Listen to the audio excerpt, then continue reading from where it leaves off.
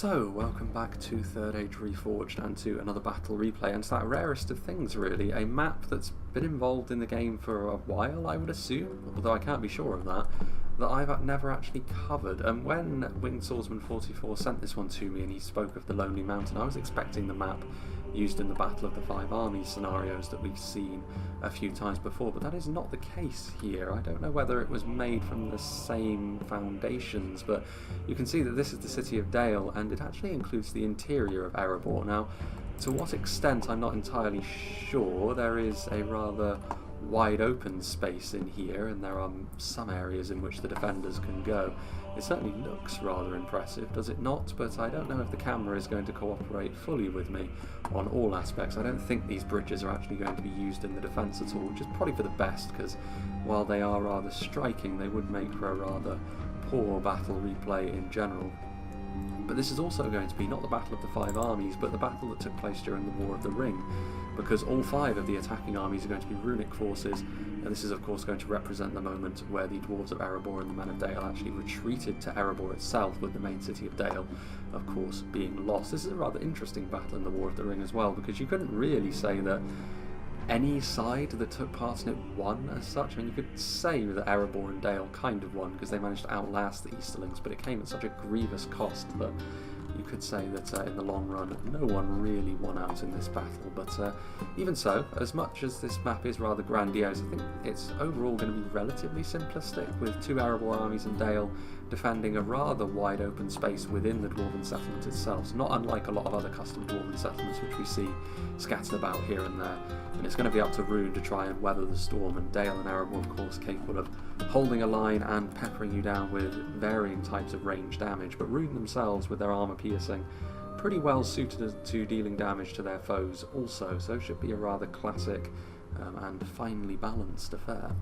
Starting off with DF Mark then, who's playing as the first of the runic armies, each strong clansman with one level of armour upgrade. I mean, basic units like this are going to be your bread and butter when it's a 5v3 like this. Rhun, of course, are going to have a huge numbers advantage, and certainly if it comes down to the fact that they're going to be bringing a lot of units like this. Individual soldier to soldier, they're of course going to struggle, especially against some of the better Dwarven units, but numbers are a quality all of their own. The Flag Rim are going to be one of the most important units that Rhun can field in this battle, because the interior of the settlement is likely going to be fairly difficult if the defenders are playing correctly for the attackers to utilise their pole arms in as efficient a manner as they would like. Line infantry, however, are much more straightforward to use. You get them into melee and they will go ahead and do their thing, and the armour piercing that the Flag Rim possesses is going to be vital, especially when it comes to dealing with the Dwarves, but also Dale's higher quality units as well. Eastron Warriors are a slightly more melee-savvy variant of the clansmen behind them, but the lack of a shield in this sort of situation does do them more harm, I think, than their melee prowess can make up for, but even so, they're still going to fill the same kind of role as the clansmen, being a numbers-heavy melee combatant. Balcoth Tribesmen, another armour-piercing, source of armour-piercing damage, I should say, that Rhun have access to. They're not the finest javelins in the game by any means, but slowly but surely you can imagine these javelins really racking up a decent amount of damage across all five runic armies. Both types of crossbows that Rhun have available to them, the basic Eastron crossbows with an armour upgrade as well, just to try and mitigate some of the damage that Dale's archers are inevitably going to try and do to them before they can get into range and use their high stopping power armour piercing bolts to punch holes in the defensive lines. The Dragon's Wrath crossbows are altogether more terrifying for the defenders because of their body piercing. Now, Erebor do have access to a very similar unit as well, but the attackers need to work far less in order to get their money's worth out of this unit in a situation like this, but chances are the defenders will make it much harder for them to get into position in the first place. Gamperim, like I said, polearms, if the defenders are doing their due diligence, it should be fairly difficult actually for these polearms to get into a good position to be utilised. But if they do, the armour piercing on these halberds is going to be very, very useful when it comes to equalising the fights that is to come. More Eastron Warriors and more of the very important Flag Rim, some more clansmen, some Carnals chosen here at the back as well. Not surprising to see them, they are after all the tankiest and only really out-and-out runic bodyguard infantry unit that can be fielded. They're not really going to be able to hold a candle to the equivalent Dwarven and Dalian units even in this fight, because they're simple sword and board bodyguards, whereas Dale have got great macemen, and the Dwarves have got obviously a litany of fantastic bodyguard units, but it's still important to bring them so that you've got a unit of genuine quality at the centre of your horde. And even the Carmel's Dragon Knights are here. I don't know how useful cavalry is going to be. If there is an initial phase on the fields outside the settlement, then the Dragon Knights could be very handy indeed for doing yet more damage to the defenders. If not, however, they're going to be very difficult to use in the interior of a dwarven settlement like this, I would feel. We have 2 times over here who's got some Eastron warriors, some hidden units which are probably Carmel's Shadow Guard, which are a shock infantry unit, armor piercing, very useful. Already spoken about the crossbows. Plenty of Flagrim, fantastic choice. Plenty of Gamprim, also a fantastic choice. So plenty of armor piercing here. Maybe going for a little bit more in terms of the mainline runic units here, so a little bit more quality but a slightly smaller army. It shouldn't matter too much. The Scion Rim are an interesting pick as well because they are significantly tankier than most other mainline runic units. They will struggle to do damage though, especially against the dwarves. Unlike the other Loki units, after all, they are not armor piercing. They're the most expensive, but that's because they have significantly higher defensive stats, both in terms of armor and of course their latent defensive abilities as spearmen in comparison to the other Loki units.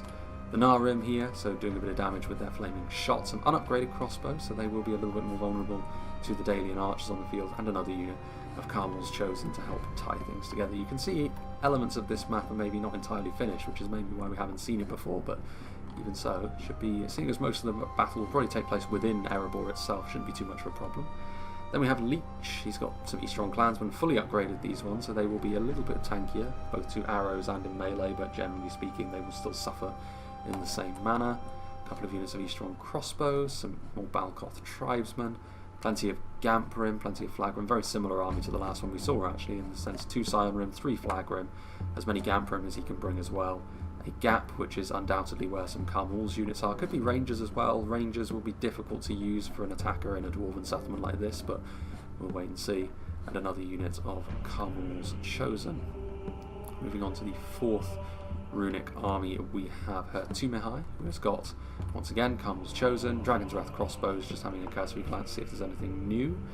3 units of crossbows, interestingly enough, with the armour upgrade, so going fully into the crossbows rather than the archers, which higher reward for that strategy, but actually I would say just generally it's probably the better thing to do in this situation. Long range isn't really going to help you all that much, and if you have a sheer number of crossbows, there's no way that the defenders will be able to kill all of them with archers after all. Gamprim, Flagrim, we have some Balkoth tribesmen, and he's actually got some Inas Rim as well as some Dragon Knights, which is a very interesting choice indeed. Now I don't know if even the Dragon Knights are going to be effective in this battle. The Inas Rim are going to be far more difficult to use in the interior of the settlement, but we shall see. Not an impossible task by any means. And finally we have Wartels, who actually I've not seen this name before, which is interesting. Nice to have a new player around. Eastron Horse Guard are a very cheap unit of cavalry, and the Inas Rim are here as well. We've got some Wain Riders of Rhun, so plenty of mounted units. I don't know how he's going to get on with using this many. The Chariots, interestingly enough, might be very handy in this battle. If the defenders are looking like they might be starting to waver, they could have a similar effect to how the Great Shield units do, or the Cave Trolls from the Misty Mountains, smashing the line to splinters quickly and then infantry following them through. But regardless of how they're used in the interior of the settlement, control is going to be lost and they're going to die off pretty quickly, so timing is going to be everything, but it could be a real tide turner at a key moment in the battle if Wartels is willing to use them as such. Flagrim, Balkoth tribesmen, other than that I think it's going to be quite similar. Yeah, Halberdiers, crossbowman also, and another unit of Eastron Horse Guard and Inas Rim. A very unique army, which I'm actually kind of glad to see, because I was worried that all of the attackers here would have a very similar type of army and it would be a slow but sure grind to the finish, but with all these mounted units it is by no means a foregone conclusion that. Now then, we have Winged Swordsman himself, who's starting off outside of the settlement, interestingly enough. He has got some Iron for Hammer Guard and some War Goats, so even if there's going to be no grace period, he should still be able to save his infantry by using his cavalry as a screen against stuff like Dragon Knights and any advancing infantry. The Hammer Guard themselves are of course very devastating as well, some good potential for charge damage there. Ironfoot crossbows, I mean we've already mentioned how good the runic crossbows may prove to be in this battle. The Ironfoot crossbows even more so because they're so important for the defenders to use properly if they're to have any chance in this battle, but also they are going to be a little bit better in melee when push comes to shove because they've got better defensive abilities, as you would expect from a unit of dwarves clad in metal plate. We've got some Iron for Axe Throwers, another ranged tool that Erebor have at their disposal. Plenty of good damage that they can do very, very quickly, and against stuff like the Gamprim they'll be especially effective. Erebor Legionaries are going to be here to help hold the line as well, a fantastic unit of line infantry. They will be slightly vulnerable to all of Rhune's armour piercing, but their sheer quality will see them through in a vacuum against a lot of the runic units, but of course Rhun do have those numbers on their side. Plenty of Ironfoot spears for helping to hold the line as well. The defensive abilities of those spears are going to be very important, as are the polearms, a combination of halberds and pikes, so the slightly shorter range but armour piercing of the halberds, and then the longer range of the pikes, which of course Rhun don't have an equivalent to. So this is something that Dale and Erebor can use to their advantage. Neither of them have got really high-end pikes, but having any pikes at all is something that they could be using to great effect later on in the battle. Then we have all of the bodyguard units, as perhaps you'd expect. We've got, actually no, I don't think he does have the highborns, but he has everything else. So he's got the dual-wielding, high melee defense Obsidian Guard, the Sons of Durin with their massive armour-piercing warhammers, the armour-piercing weapon and shield unit, which is the Dragon Slayers of Ered Mithrin, and then the equivalent to the body-piercing crossbows that Rhun have, but this time for Erebor, the Blacklock Engineers. Now then, both of the armies within the settlement will start off with Darthy Darth. We've overshot one of the Erebor armies, but we've got some Dalian Roarguard and Blackshot Engineers. Blackshot Dragon Slayers, I should say. But yes, Dale, of course, are going to be fully responsible for any really long-range projectiles that get used here. The Blackshot Dragon Slayers also with their arm-piercing ammunition going to be very important.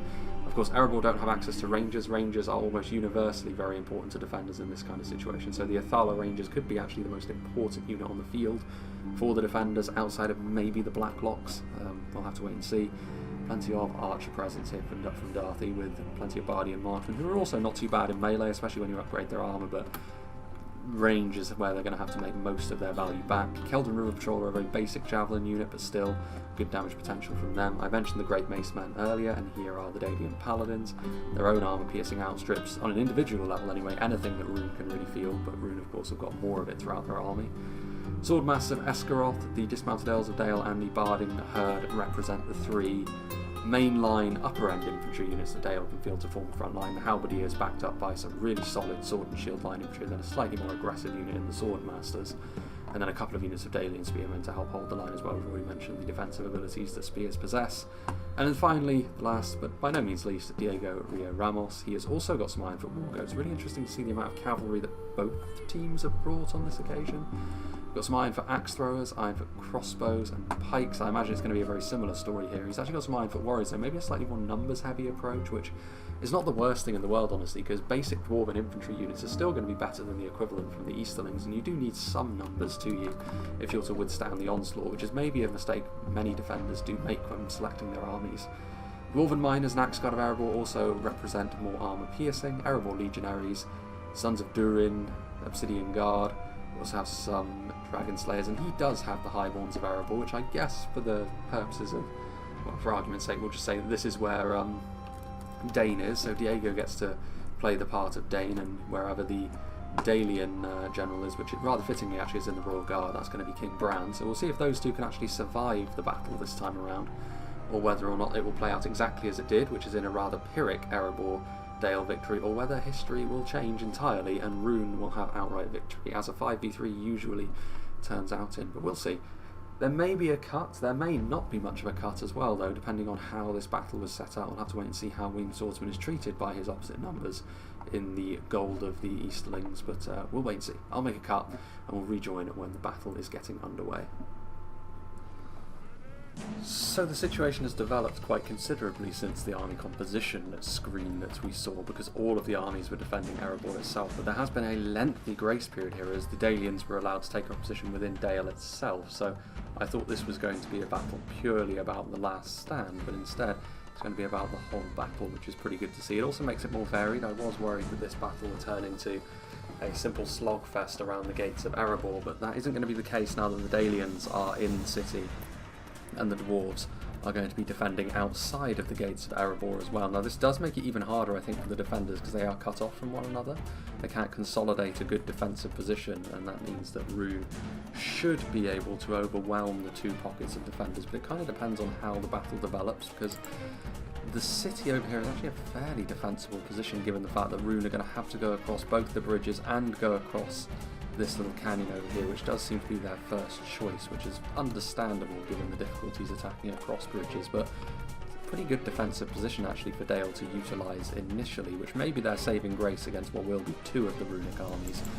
And the dwarves could very well end up winning out in a 2v3 against the runic forces based upon their quality alone, although the initial blows do seem to have been struck fairly handily by Rhun. I mean, this is the problem that Erebor are going to run into, I think. They have very limited ranged options. Rhun have got far more variety in what they can do at long range, and they've got plenty of crossbows as well. And while the Dwarven crossbows are better, ultimately, when it comes to dealing damage, the runic ones are not so far behind that it's too much of a problem, and they simply have far more of them. The dwarves are not going to be able to post up in this defensive position as they are if they want to have any sort of success in this battle, because otherwise the runic crossbows are just going to whittle them down, and then the numbers that Rhun have in melee are going to be able to do the rest. So it remains to be seen how the dwarves are going to respond to this. They've got plenty of cavalry which can be used, of course, but Rhun can react to that. And this may prove to be a tough battle for them. Meanwhile, Leech's Scion Rim are moving forward. I'm a little bit concerned, to be honest with you, because Nvidia didn't want to cooperate with the initial recording of this one, so I do hope that this one does end up seeing the light of day in its current iteration, and I don't have to try and re-record it later on. That would be a real pain. Scion Rim, far stronger as spearmen than the Dalian spearmen, but Dale are just going to be looking to hold the line. It is interesting, though, that Rhun are going to be moving forward with some of their slightly stronger units right from the off here, forming up into a nice dense defensive position. Dalian spearmen are going to slowly creep forwards, but again, they aren't really going to be able to withstand the level of runic opposition that they're going up against here. Ooh, that frame rate though. I really should retire my old PC from recording duties, but setting up all of the stuff on my new one is going to be very, very annoying, but less annoying perhaps than this is. Eastron Clansmen moving forward, and they will be a good foil for the more expensive but certainly higher quality Scion Rim. The Dalian Spearmen having pot shots taken at them by the Nar Rim across the way. Not going to be able to do too much damage on the front though with those shields. Rhun are a little bit less keen on the idea of attacking across the bridges so far, but they won't have a choice in the long run. They really don't want to be limiting themselves to just the one choke point, even if that is one that doesn't have to contend with a bridge. They're going to want to be pressurising all angles that they can. You can see DF Mark's army starting to wrap around. They've got a little bit of an uphill battle actually here against the Dwarven position here, whereas over on the other side it's far more of an even playing field. You can see there that quite a few runic cataphracts tried to charge forward, somewhat successfully as well by the looks of things, because only crossbowmen are here. The last thing that Erebor need to be doing, as well as giving the crossbows of Rhun a little bit of free rein, is to allow the Innis Rim to get that level of value off. Now, I don't know, Ironfoot crossbows, I mean the dwarves have got crossbows of their own as well, but that is a fairly large runic force, so they're going to need to be very careful here when they choose to commit forward, but I think they are going to have to commit forward at some point, the dwarves, and engage in some kind of counter-attack. Dale, I'm not sure whether or not they're going to be able to withstand two runic armies either, even with the bridges. Sorry, I'm a little bit distracted there. Just got a message which I'll have to respond to after this particular recording session. But yes, Eastron crossbowmen in a good position. I mean, Rhun are doing their job correctly at this point.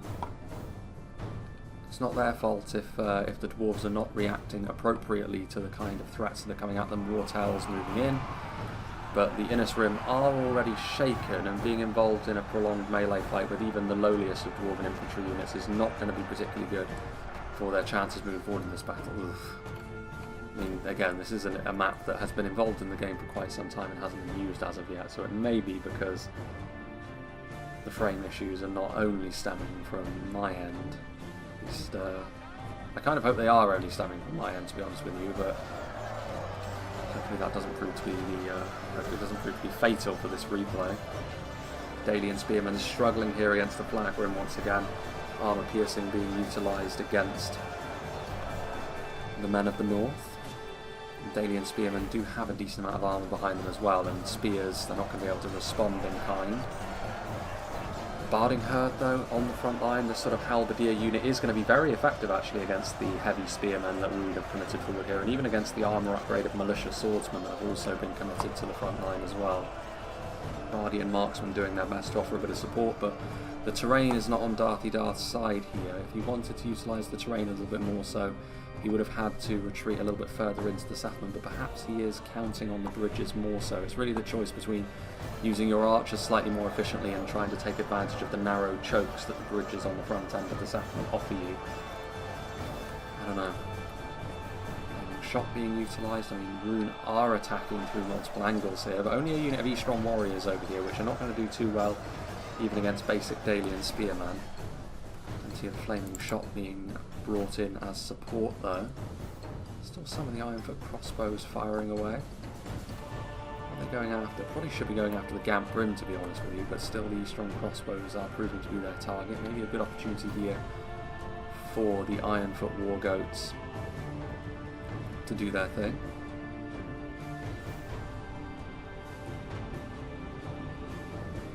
They're going to be intercepted though. This is the problem. I mean, the dwarves have the opportunity here to charge in, and they will do a lot of damage there to the flagman. That is the one good thing about the Erebor cavalry in its current guise, is the fact that they do a lot of damage off the charge, but they're not going to do so well now that they're getting surrounded, and indeed they end up routing under the weight of all the armour piercing and the runic cataphracts that were making life more difficult for them as well. So ultimately you have to say one charge into a unit which isn't worth as much as them, and ending up routing. I mean, this is a problem with single HP cavalry in the game in general at the moment. It's just so hard to get good value for money off of them.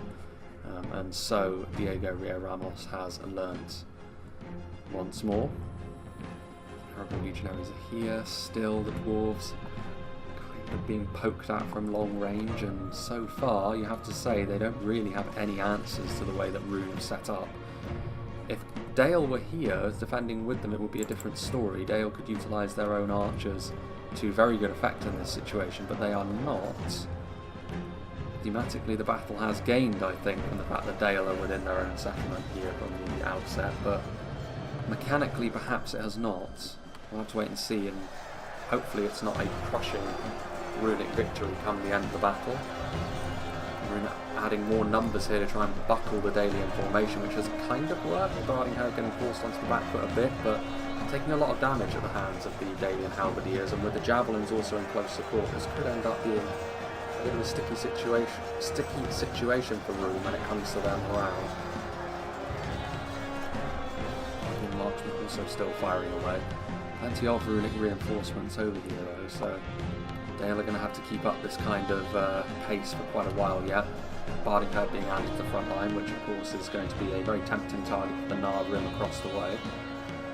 Bodyguard will do better than most polearms under this kind of pressure though, with the heavy lamellar armour and the slight shield value that they get from those round shields they wear on their backs, but it's still not ideal for them. I think Darthy Darth does sense that, which is why he's pulling them off the front line.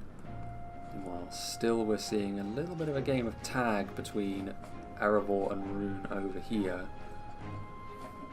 But it's a game of tag Erebor are destined to lose. All of this cavalry is enough to prevent the Erebor cavalry from breaking out and silencing those crossbows, but the price of not silencing those crossbows is going to be a terminal one, I think, for Erebor. Plenty of Gamprin moving forward from Wartels, as well as the flag rim, so perhaps preparing the ground for a little bit more of an infantry assault on Erebor's gates themselves. Mark's army too. There's no real options here for Erebor to try and go and assist Dale, or vice versa, so they may very well be simply cut off from one another for the entirety of the battle, I fear. Quiet from the infantry point of view over here, although maybe not for much longer. Wartels is very close now to the dwarven front lines. It may be tempting for Erebor to actually try a counter-attack now. Wartels does seem eager on getting stuck in, which is good to see. E-Strong Horse Guard taking some hits from the axe throwers. They will charge in though, and ultimately the throwing axes will have been hoping to use their ammunition something maybe a little bit more deadly in the long run than the E-Strong Horse Guard, so it's a bit of a gain for Rhun no matter what. Ironfoot crossbows moving forward far too far into enemy lines though. They still had a bit of ammunition as well, so that was a little bit of a poor move, you have to say. And Erebor already, like I said, are kind of struggling here.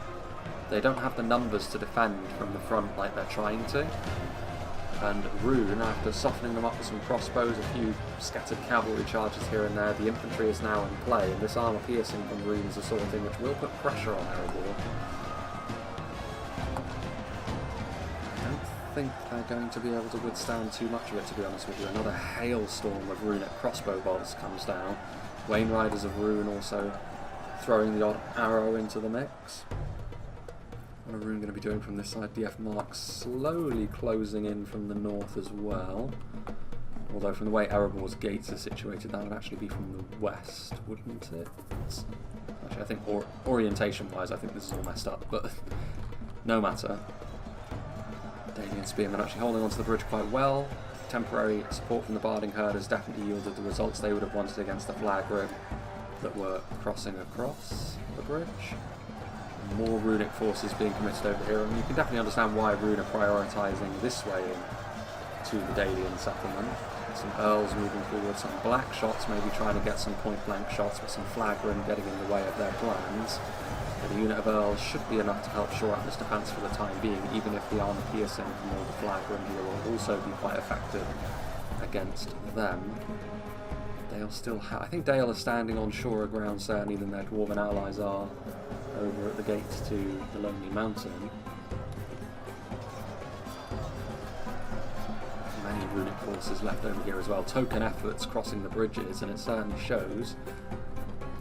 And I think Rhun, having a look at what's going on the other side of the field, they get the sense, or they should be getting the sense, that they can maybe afford to take their time a little bit more, given the continuing woes that the dwarves are suffering here. Dain will be most displeased to see so many of his warriors falling by the wayside here in Asrim, bumping into the back of the defenders there. Not a devastating charge by any means, but more legionaries won't be too concerned about that unless the charge actually gets their lances down. Dragon Slayers causing this fight on the front line at the very least to start turning around a bit. Wartel's army will need a little bit more support if they are to continue their decent work, but they are starting to come under the cosh a little bit here. His allies do need to move forward, because I agree with Wartel's decision to actually take the bull by the horns. And DF Mark is now arriving on the front line. I don't know whether Erebor are going to have the numbers and strength in depth to be able to push back on all fronts now that more of the runic infantry is finding its way to the front line. Halberdiers are going to try and lock down the front. I mean, the flag rim doing decently against the Iron Foots, but as soon as the halberds arrive, things will start to take a bit of a turn for them. They will be once again reliant on their numbers more so than any individual qualities they may possess. Plenty of clansmen here. So far the pockets of dwarven resistance are standing reasonably firm. Blackrock Engineers have got a good opportunity as well to start tearing chunks out of this runic advance.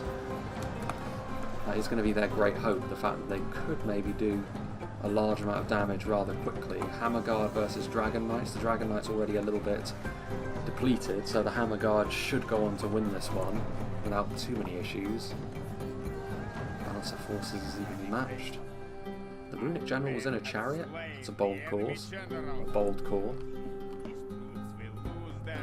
Especially if you intend on throwing your chariots into pikes like that. Wartel's general is lost, and that may result, yeah indeed, in the complete loss of his army from the front. This is exactly the kind of respite Erebor needed, and they now need to maybe pivot their defences once again to meet her Tumihai's advance and maybe send over some support against Mark's army as well. I still think in the long run, as much as Wartel's army has been sent packing, there's still plenty of gaps that the Easterlings can certainly exploit here, and too many isolated dwarven units that are being torn apart by the men of the East. Over here, got some Swordmasters of Esgaroth now reinforcing the front line. A better choice, you'd have to say, for combating the flag rim and other such runic armor-piercing units. It will still be pretty decent against the Swordmasters, but the Swordmasters themselves will deal more damage in response. A combination of Dalian infantry still holds firm for now. Balkoth Tribesmen doing their thing. Another unit, this time out of ammunition, archers being the unit putting on a token effort across the bridges. I think it's going to require a little bit more than a token effort, at least on one of these bridges, to actually start to dislodge the Dalian defence, or at least worry them a little bit. But so far they seem intent on only committing forward the dregs across the bridges and prioritising this way in. I don't think there is another way in that actually is on the map itself. The settlement actually extends a good way beyond the red line, but yes indeed. They only have 3 ways into the settlement. It's actually a fairly difficult position to try and take. Further back, strong crossbows. Erebor legionaries fighting well on the front line, and you have to say things are turning around. I was worried for the dwarves, I have to say, given the initial engagements being what they were, but they have managed to do damage reasonably quickly with their crossbows, axe throwers and blacklocks, and the quality of their infantry means that they didn't fold under the initial runic pressure in the way that maybe they could have done if things had progressed even slightly differently. Victory seems certain. Only a fool could lose this battle. For the Erebor legionaries as they move in against the Balcoths. 9-foot halberdiers proving to be a real mainstay here. Carmel's chosen back there. Still some Dragon's Wrath crossbows knocking around though, which that's going to be the sort of thing to worry the dwarves. They can afford not many well-landed volleys from a unit such as that. We really need to be very careful here though, because they're hemorrhaging manpower. What began as quite an advantageous situation for them has so rapidly turned around. And yeah, Ironfoot Wargoats still doing their thing, and it may be that the dwarves actually can go over to try and help support Dale. It's proven to be quite an entertaining battle so far in terms of what's actually going on.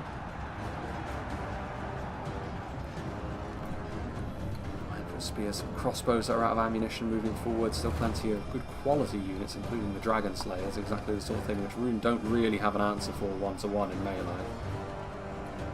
There's a few Obsidian Guard left, but they've taken significantly more of a battering over the relatively short space of time that this fight has been going on.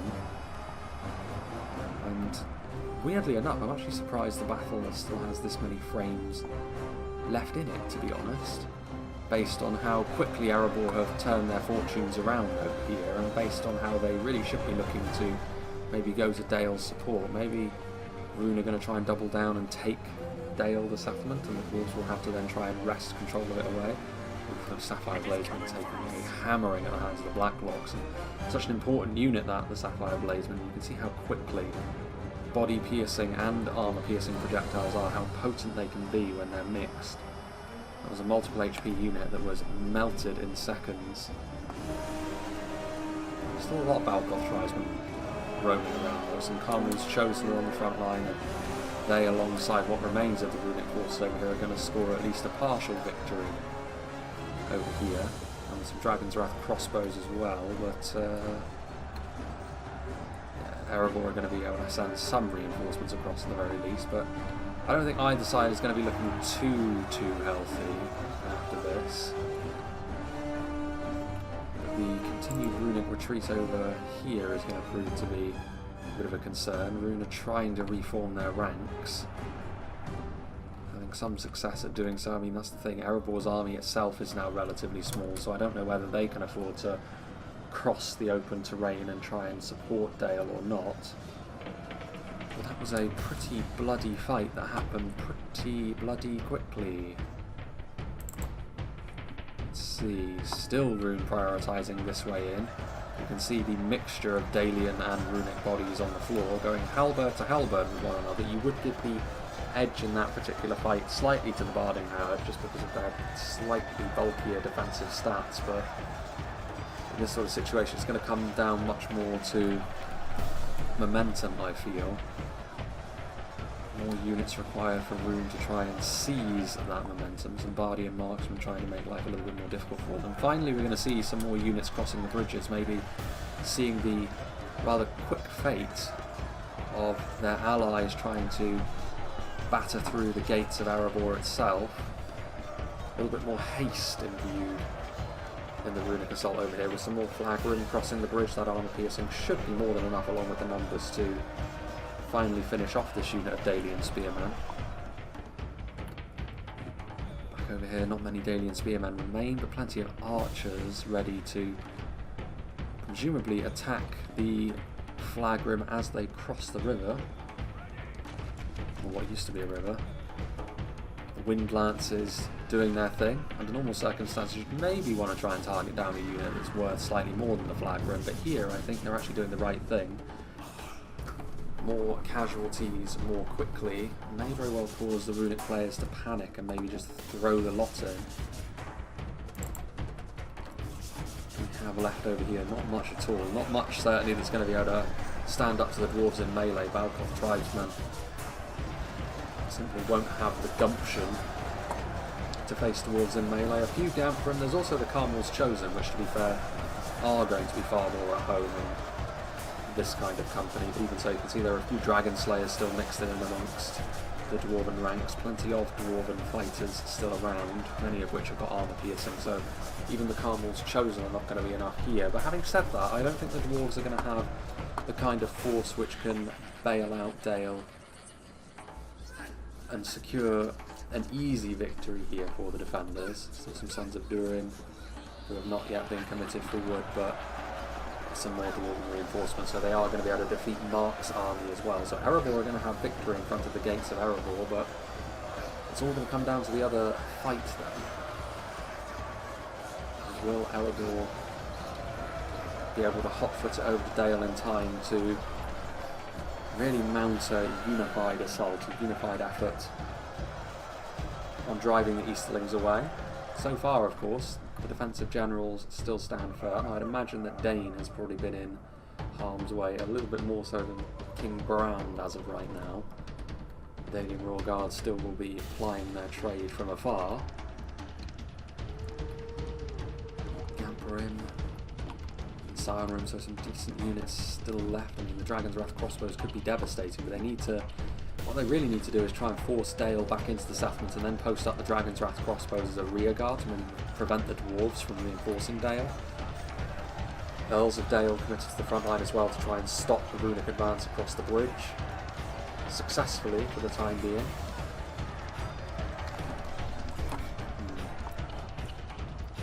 Shot the Dragon Slayers biding their time and waiting as well. Some those Bardian marksmen still firing away, and so far it has been fairly classic as far as the siege battle goes between Dale and Rhun over here. Dale have been holding on, doing a lot of damage to Rhun, but slowly but surely Rhun are making up ground.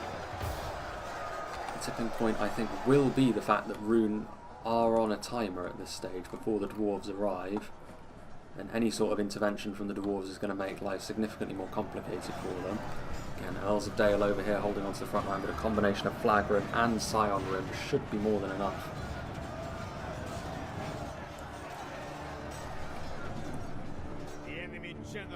There goes another Runic General, this time at the hands of Erebor Legionaries and Blacklocks.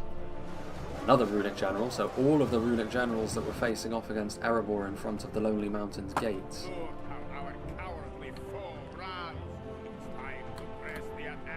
have all fallen.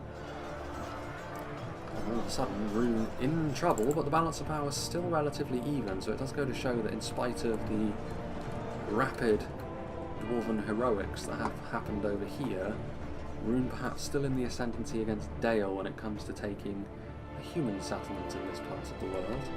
Yeah, utterly victorious over here now, the dwarves. They've got a long way to go though, and the dwarves don't cover ground too quickly. And that's it from there as well. Balcoth Tribesmen still just hanging out and waiting, but like I said, going to be a little while before Erebor get into position. We are viewing this battle after all from Dale's perspective. These strong crossbows firing away, trying to get into position to support this runic advance, which is now gathering pace. The dwarves will need to hurry, I think, if they are to save the men of Dale. There are the Daily Royal Guard as well. And Brand still lives for now. The Earls actually doing a good job here. I mean, the armor piercing useful against the Flag Rim, but the Earls themselves managing to stand firm. I thought they were going to retreat for a second then, but no. There's no need for them to retreat just yet anyway. Unfortunately for the Barding Herd, they arrived not really in time to truly support the Earls of Dale, so having to face off against the enemy one by one, which is not the way you would ideally want to do things, especially given that the Bard and Harad would be pretty good against both of the units they're facing off against now. But they're going to be a lot more exposed without the support of a healthy unit of theirs to really act as their shield bearers. Guardian Marksman getting in position to try and do some point-blank shooting, perhaps.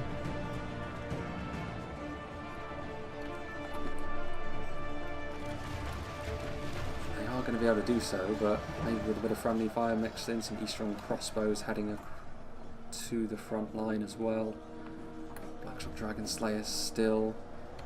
Rhun making any inroads over here? Not yet. I mean, the Dailian Paladins have been committed as well, so I think Dale will probably understand at this point that if they are able to hold on to their current defensive positions for just a little bit longer, the dwarves will arrive, and that should muddy the waters enough to the point where Rhun should go on to lose the battle, I would suggest. That would be my prediction. Strong crossbows firing away. I mean, that's another potential wrinkle. Silent Rim, so yeah, the Bard without any support, Rhun bulldozing through them. The Silent Rim, heavy spears like this make for a decent mass pushing unit, not quite so much as Great Shield Infantry or Trolls, but they will get the job done, especially against an ailing unit like those Bard and Herd, where Blackshot Dragon Slayers getting into melee though, and they of course can certainly hold their own in melee. They're actually fairly ideally suited for facing off against stuff like Scion Rim in melee, but they're already a little bit wounded, and the Scion Rim have backup where the Black Shots do not. They're being used as a bit of a rearguard unit in this situation.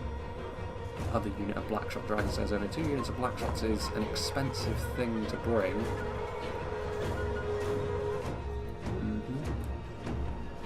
More runic units being committed forward, still trying to force the issue over here. Sort of Massive Escaros starting to struggle a little bit more now. The Dailian Paladins even starting to struggle under the sheer weight of numbers that the Easterlings are committing to the situation.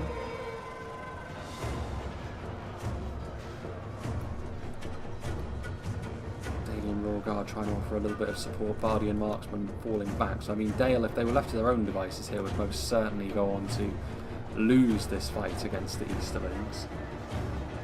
Any damage they do here will certainly give the dwarves a little bit more assistance in bailing them out, but the dwarves are taking their sweet time getting over here, and that may end up being a cause of real regret for them. If they allow something like the Dragon's Wrath crossbows to post up on these bridges, then the dwarves simply will not have the numbers to absorb the kind of casualties a unit like that can inflict, especially in a narrow corridor like that. Carmel's chosen over here, both Leech and 2 times, doing their best to pick up the pace, and they are reacting exactly how they should. It's no good to just commit everything in. You do stand a chance of breaking through, of course, but it's going to be the green light for Dale to do a lot of damage to the blobs that you form. I think, considering the situation, they have done reasonably well at judging how much to commit forward. A unit of clansmen, actually no, that's some strong crossbowmen moving forward just to add more numbers to the front line. They will of course be easy pickings for the Dailian Paladins, but there's so many units for the Paladins at this point to try and kill off. May not be enough. Dailian Royal Guard, Blackshot Dragon Slayers firing at point blank, and they will do a lot of damage to the Scion Rim that are trying to make their presence felt now. Those Wind Lancers once again trying to be the difference maker.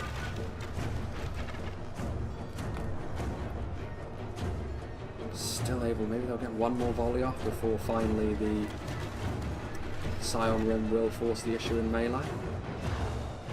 There's more volleys than you would have expected an archer to get off in that situation. They're going to get another one off by the looks of things. Guard mode. And now they're going to retreat, seeing that they've already pushed their luck about as far as it's going to be going.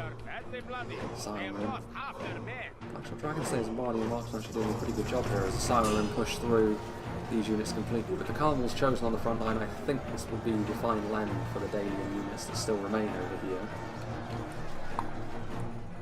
The dwarves are approaching now. It remains the Dwarven Cavalry over here, trying to make a nuisance of themselves against the Dragon's Wrath Guildsmen. I mean, Rhun have had a long time to see the dwarves coming, so the fact that Dragon's Wrath Guildsmen are getting caught out like this is a little bit puzzling. Dragon's Wrath crossbows are more important than the Guildsmen, but still the Guildsmen are a very useful unit with their throwing projectiles and their high melee defense to have as part of a more consolidated effort to win the game late on.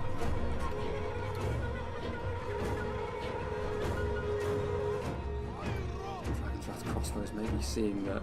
I mean, this is the problem, like, pathing yourself across bridges can be a real pain when you have to do it while panicking.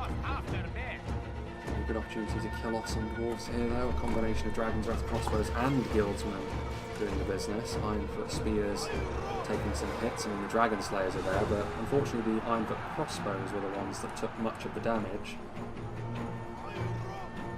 This is fairly key because the dwarves do need to have a real impact against Rhun here. Like I said, Dale were getting forced back. Rhun very much in the ascendancy in the settlement. They'll need dwarven support and they need it to be effective. And I don't know. I don't know whether it is going to be as effective as they're going to need it to be. There's Chosen starting to push through. Guardian Marksman will get a point-blank volley off, but against a unit like this, multiple HP, heavily armoured, and well shielded, it's not going to be all that effective, and as much as the Guardian Marksman can put up a decent fight in melee, they're way out of their depth when dealing with Bodyguard units.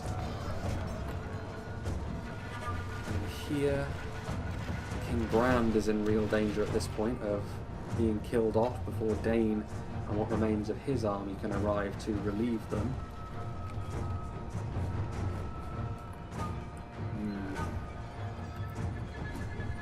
A few runic reinforcements that wait over here. Acting as a bit of a rear guard while the dwarves maybe secure this side of the bridges first. I mean, that's a wise move, try and take your enemy apart piece by piece. I don't know whether Dale necessarily have the time to wait for this sort of thing, but catching out a unit of crossbows that still has ammunition is a real boon. This is exactly the kind of unit which could prove to be such a problem for them late on, and they're tearing them apart very nicely. Sons of Durin, a lot of the dwarven, well, really all of the dwarven bodyguard units are at least a little bit damaged. Some of them are a lot damaged.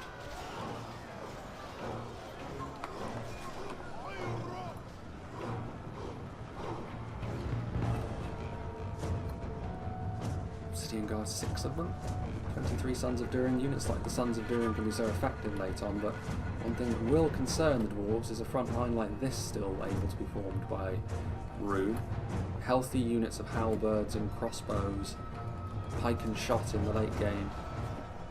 Not going to be great for them. Athala Rangers still alive though. Maybe they've waited too long to use the Athala Rangers actually, because now they're a little bit exposed and Rhun should be able to somehow catch them out in melee. Daily Royal Guard will be able to finish off this group of Flagrim in melee. Blackshot Dragon Slayers hitting them from one side, Athala Rangers from the other, so these Guildsmen taking damage pretty quickly. Cummins Chosen doing a good job, Scion Rim. It's a close battle this actually. I was a little bit worried when I saw the dwarves starting to falter a little bit under the pressure from the runic crossbows, but as it turns out, it's proven to be a very competitive one thus far.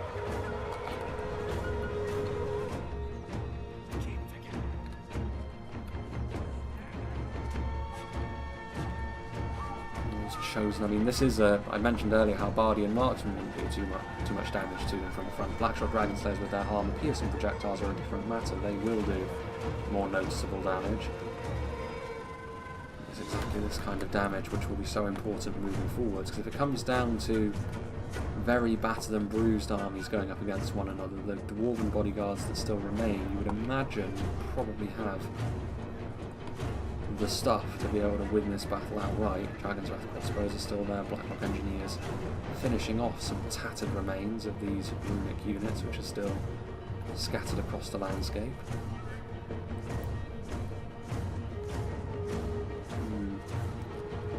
Units routing all over the place, not all of them though, so it's a little bit difficult to keep track of at this point. That unit down from is routing. Tribesman routing. Another unit of Sapphire Bladesmen within the settlement like this, far more difficult for stuff like Black Blocks to deal with. could prove to be very, very important as well. Plenty to the interior of the settlement. There's plenty of areas that Dale could have fallen back to if they so desired. And again, I am glad actually that we're seeing the final vestiges of this battle take place within Dale rather than the interior of Erebor. The interior of Erebor, in terms of a usable map, was really just a flat, wide open square. Whereas this has got a lot more interest to it, a lot more areas where Dale could continue to fall back. The Rangers maybe waited a little bit too long there. A couple of them may end up dying as a result, yep. That crazy death animation where someone gets hit so hard they have a wild seizure and then turn 2D and T-pose into the ground. Truly, there is no more horrifying a way to perish. Dragon's Guildsman throwing those projectiles. Looks like the dwarves starting to put pressure on this front line, but this isn't going to be enough. Like, if the dwarves are going to attack from here, they need to do so with a far more comprehensive force than that. I mean, the Blacklocks are up there. They will do a lot of damage. This front line actually may house Rhun's best chance of winning the battle. The fact they've been able to preserve the lives of this many units that can form this kind of classic shielded unit in front, polearm unit in behind, and then even a ranged unit in behind them as well. The three-layered defence, as it were. And the legionaries. Some pot shots being taken by those Dragon's Wrath crossbowmen. Crossbows maybe just trying to chase after them. The battle's become quite stretched at this point. Pockets of action happening all over the place. This is where focus from both sides is going to be very important. I don't think Dale are going to weather the storm, though. I think certainly these black shots are going to fall by the wayside. There's Guildsman, Sapphire Bladesman, good amount of sight on them. Carmel's Chosen still within the settlement. Another unit of Carmel's Chosen as well. The Athala Rangers being caught in melee, that'll be a real tragedy for Dale, but I don't think they've got much of a choice at this point. Everyone is going to be required to chip in and melee.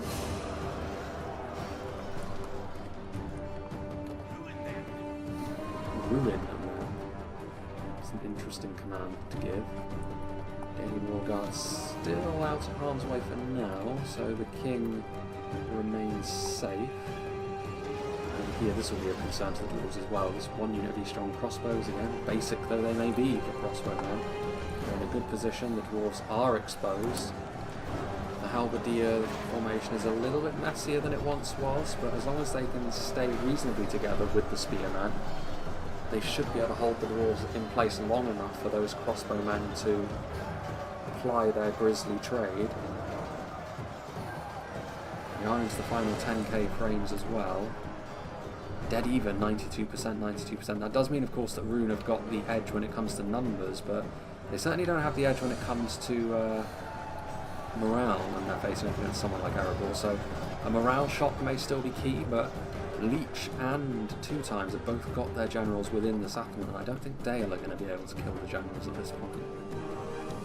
Too many of their forces being distracted by these Dragon's Wrath crossbows as well, which is necessary. You can't let those Dragon's Wrath crossbows simply do as they will, but I don't know. Highborns of Erebor still alive? 44 of them. Are they actually fighting? Whatever it was, they were victorious, but distracted, facing the scraps of a unit of guildsmen by the looks of things, and more important things were afoot. More camels, units. Did they retreat over there? No, they did not. Where did the Royal Guard go? Oh, there they are. Canadian Royal Guard. Able to get in and around the position. This could be very, very important as well. There goes the general. They still have ammunition, but honestly, I think the faster method would just be to get involved in melee. They're pretty damn decent heavy swordsmen as well, the Daily Royal Guard. They've ripped through E-strong crossbows, armour upgrade or no. Quicker than they would from afar, but they're actually going after the infantry, which I find kind of interesting. So they're hoping to give the dwarves a little bit of a hand in that way, and I guess with Sapphire Bladesmen offering their expertise over here, Rhun are actually winning the melee battle as well.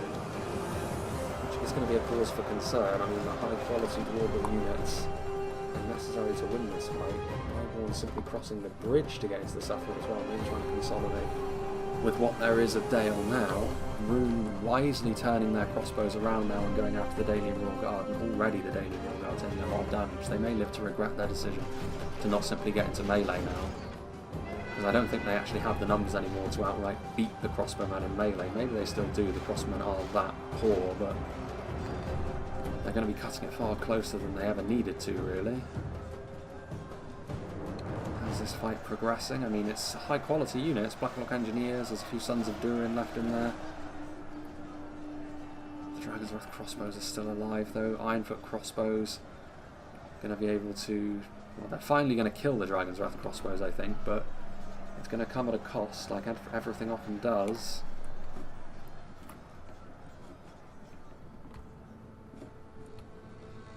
Highborn's into the settlement now.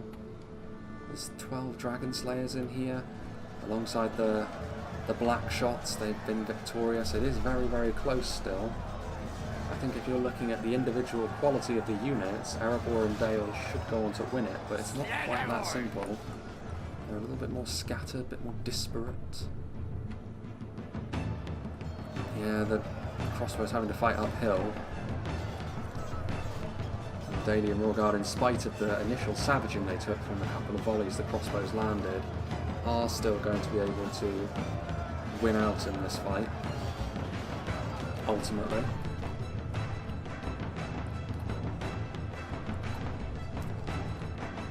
And Rhun starting to fall apart outside, and the dwarves are going to have... Well, I say that, the dwarves, I mean, this is one of the generals, but not the general. Not the one as part of the Highborns. King DAIN already within the settlement. This is sort of the generic general, as it were. I mean, King Brand is very much in the firing line at this point, because he is over here somewhere. I think he'd stand out a little bit given his colour scheme. There he is. Wow, he's really, really in and amongst the Easterlings there. Putting himself very much in harm's way. Parrying blows for the time being. King DAIN himself is heading over here as well. How it went really was DAIN died defending Brand's body, so we'll see if this battle turns out to be exactly the same as before. Pyrrhic victory with both defending generals dying. That would be something spooky. That's the other general, the Swordsman's.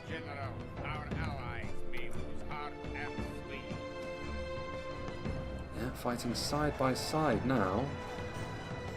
Very thematic indeed. Well, what's left of the dwarves outside are ultimately going to be overcome. There are some Blacklocks in there, but the Sapphire Bladesmen actually showcasing their ability in melee here. Doing quite well for themselves. Do those still have ammunition? Iron Factorers, they do. That might be enough to turn things around, but if there's one thing the Sapphire Bladesmen don't have, it's a particularly high armour score.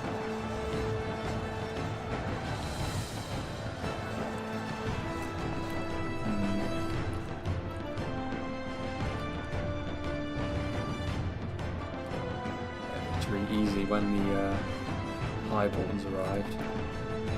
The Royal Guard didn't actually lose that much either. They still have a bit of ammunition too. It's by these margins by which the battle can be decided. Very closely fought battle over here, mind you. The Dragon Slayer is not healthy enough to really tilt the odds of this fight in their favour, and I think the Carmel's Chosen just about going to have the edge here. 15 Dragon Slayers, 18 Carmel's Chosen. There's a couple of other units in here as well. One Silent Rim. Closely fought. Let's see if the damage on those anime swords is enough to make the difference. I think the defenders are going to win this battle in the long run now. The Dailian Royal Guard and those axe throwers up there going to be enough to deal decent damage to the remaining Easterlings out there, and even if the Carmel's Chosen beat those Black Shots, they're still going to have to contend with a reasonably healthy unit of Highborns.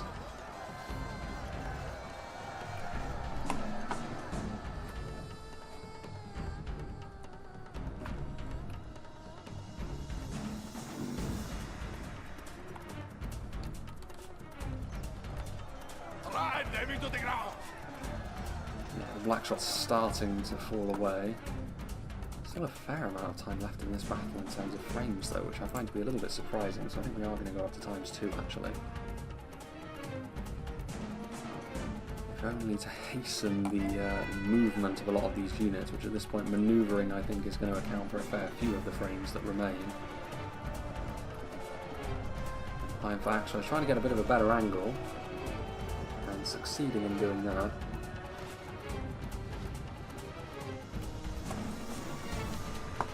In fact, I was now getting engaged in melee, but the vast majority of their work is done anyway. Anything else they can get in melee is going to simply be a bonus. Highborns and DAIN Warguards still just waiting. That's going to be too much, I think, for Rhun to overcome, regardless of what happens in the remainder of this fight. Victory seems certain. Only a fool could lose this battle. The battle is very much in our favor. If we remain true and steadfast, victory will be ours. Still a very slow fight here happening, but the Carmel's Chosen will have the edge. The final remaining runic general here. The last black shot. Final Wind Lanceman falls. Will continue to take their pot shots. The Highborns of Erebor will turn around and undoubtedly be the ones to finish off the general Mr. Two Times.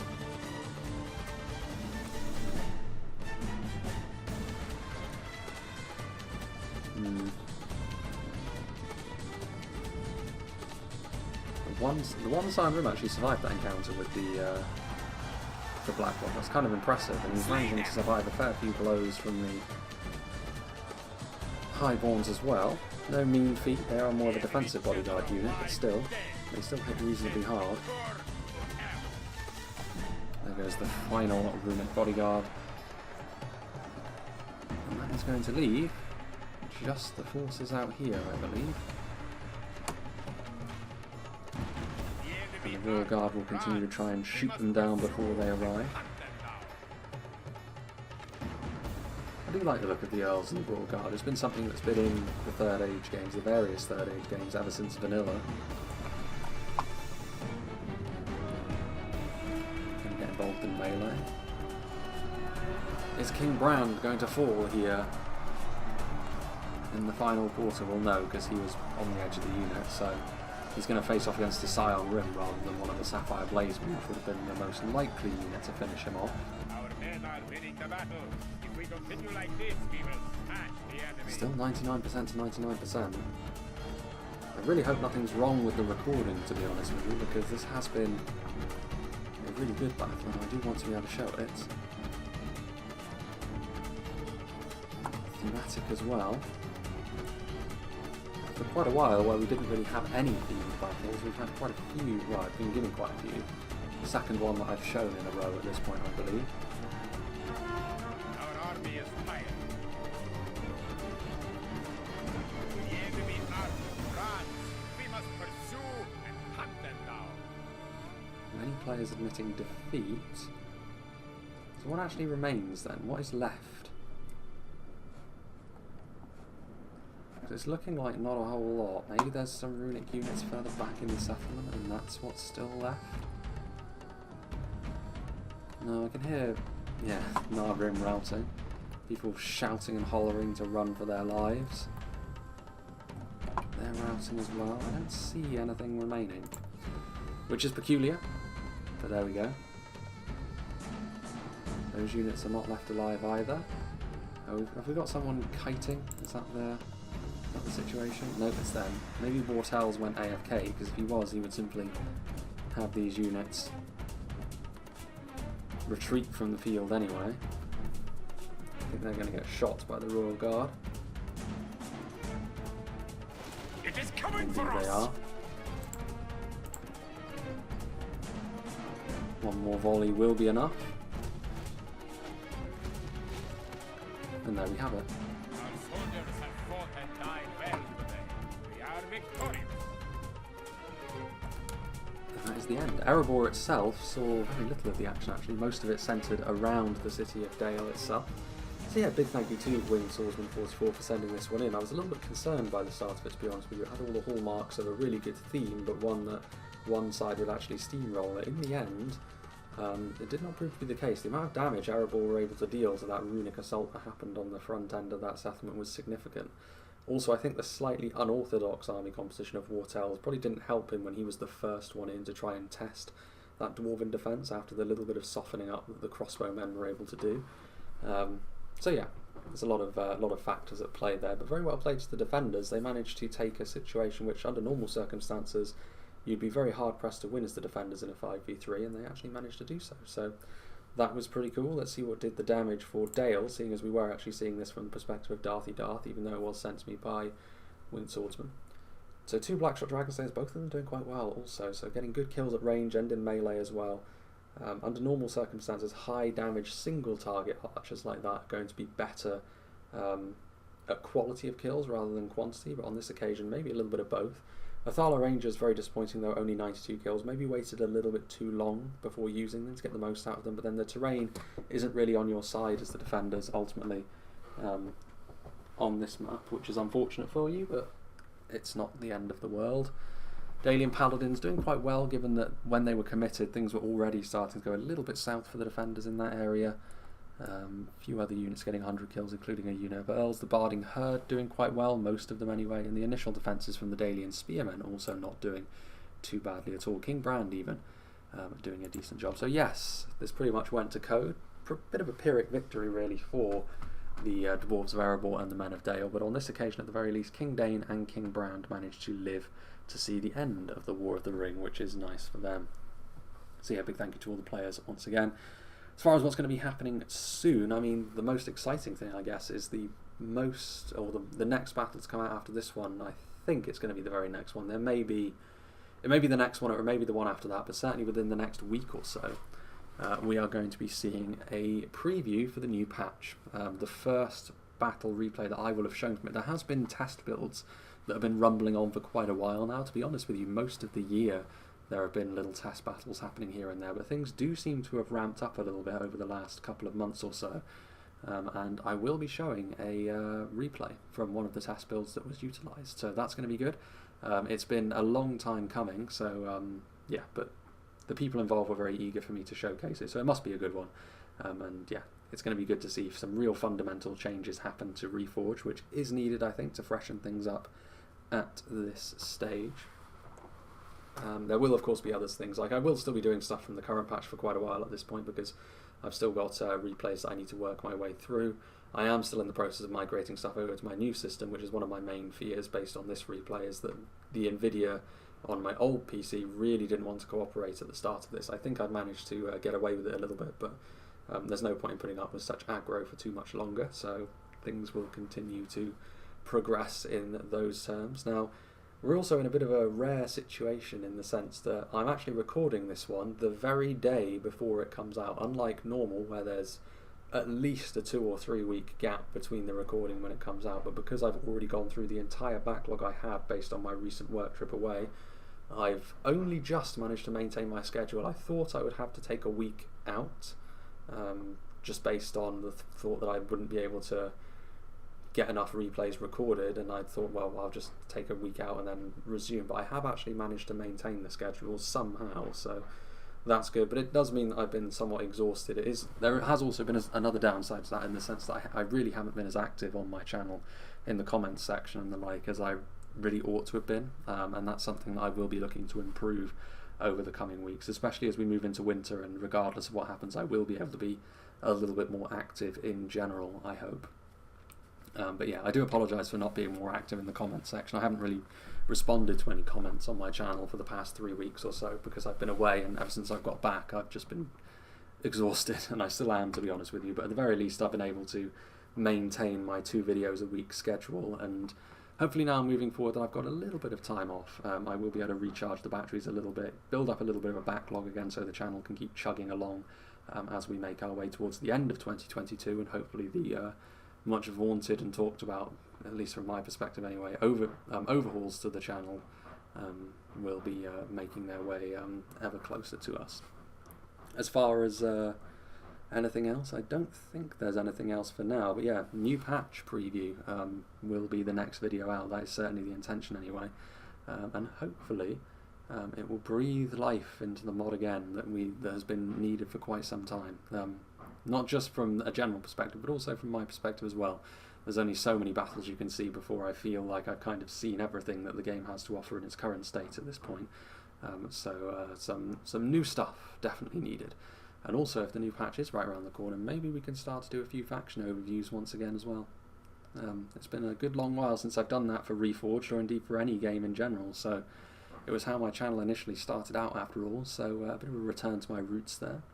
But yeah, big thank you to Winged Swordsman 44 once again, big thanks to all the players that were a part of this battle replay.